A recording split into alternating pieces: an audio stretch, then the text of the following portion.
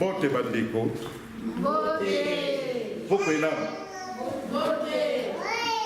En tout cas, il y a une première à Londres, na UK, pena vina biso. Personnellement, tant qu'on a vendaka, na se posaka beaucoup de questions ngai moko. Ngai nazali nani. Bandeko bele boyebi ngai na ya na mboko yo na 1986. Naaki na se sabota vie na ngai na ndenge moko bokoyi kondima te bato ebele bayokanga mawa balobi no moto il faut tokamata ye tofutela ye tike azonga na Congo akende kokufa ndenge babandaki kokanisa. Nous vivons devant un Nzambe oyo azali Nzambe ya ba miracle akoki ko changer vie ya moto. Nga nazali exemple wana nazalaki na bino awa na Londres nazaki komela masanga mingi naki ko se saboter mingi mais bozaki koyeba te ke na kati wana naki na mikakatano na moto na ngai e bandaki ko déranger ngai na yeba ndenge ya kosala te na moko na lobi nona ke ne pas banganga ba lokola Londres banganga baza ebele na kende kuna.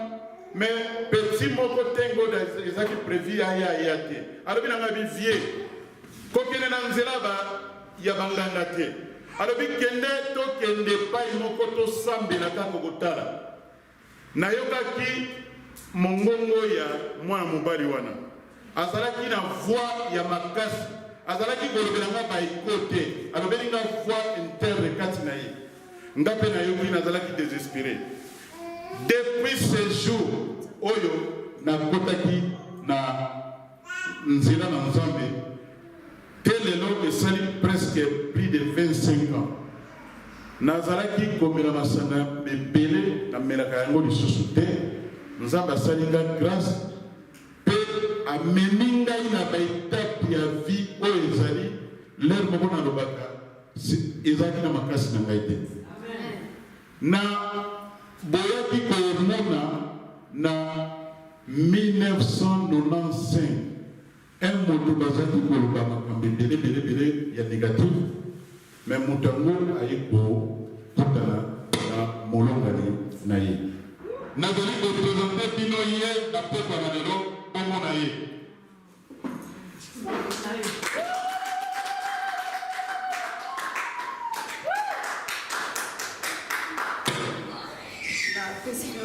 Merci. Nazo sepela na pamboli susu Nzambe nazana ba mama au baya wa papa biteza juna ba mama so na moko tellement et kotaka na motema place na kendaka bisala na salaka Nzambe sunanga nazo mema bato bayebi Nzambe te bakende bazomela Nzambe pe bayeba Nzambe na kutaka na ba wete na kendaka na ba place mais eza biblique eza te ke nazo lobango nga moko na fondé yango te. Eza la mukanda ya Acte 17 wazana ta avukumango kwa kende kolobango po moyenga na kumango totanga eza tambulai ya nzela do ezali tour na ngai eza moment na ngai eza journée na ngai eza saison na ngai Nzambe ateleminga pona te asala malamu na mboko pe na kati na UK na mema ba mama yo balembi o bayebi liloba Nzambe te ba mama bazokoka te na sunga bango pe na soutenir bango pe ba o bazali awa bazala maloba pe akosunga nga pe tosunga na pe totelema na sepeli mingi pona bino toye kolobela pe kolia o toza nango tolie tobina tosepela eza journée ba mama journée na bosaki pona bino pe pona kale Nzambe apesinga na sala eloko oyo ebimi lelo polele atuka Nzambe apambola bino mega market Joyce's yango eza likolo Nzambe apambola bino o pipi o pipi mega market Joyce's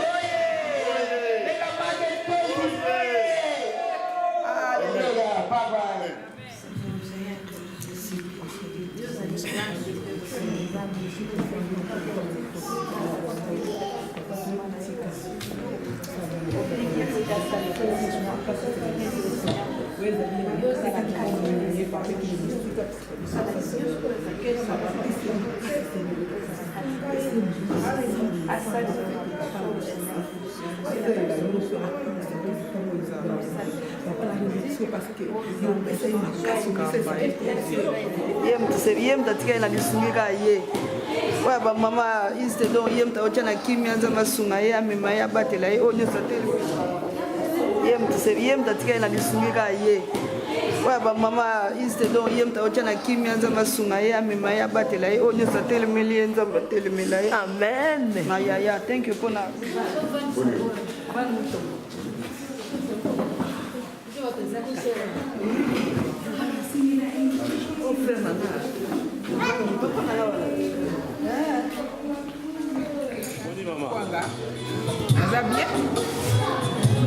Se présenter bataille.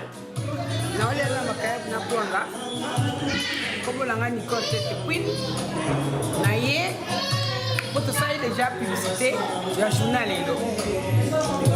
papa apôtre Jeanne Kanga Kombolo la maman Brigitte donc va organiser soirée moko ya bien na kati na Bonzambe na uti msika uti bumba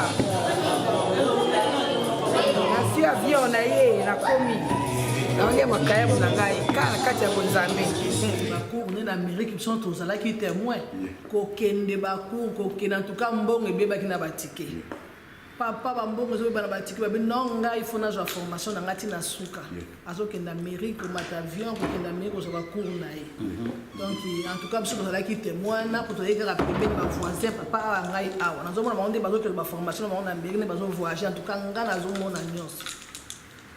Donc pas pasteur à Moneno et Amérique, pas pasteur Serelo donc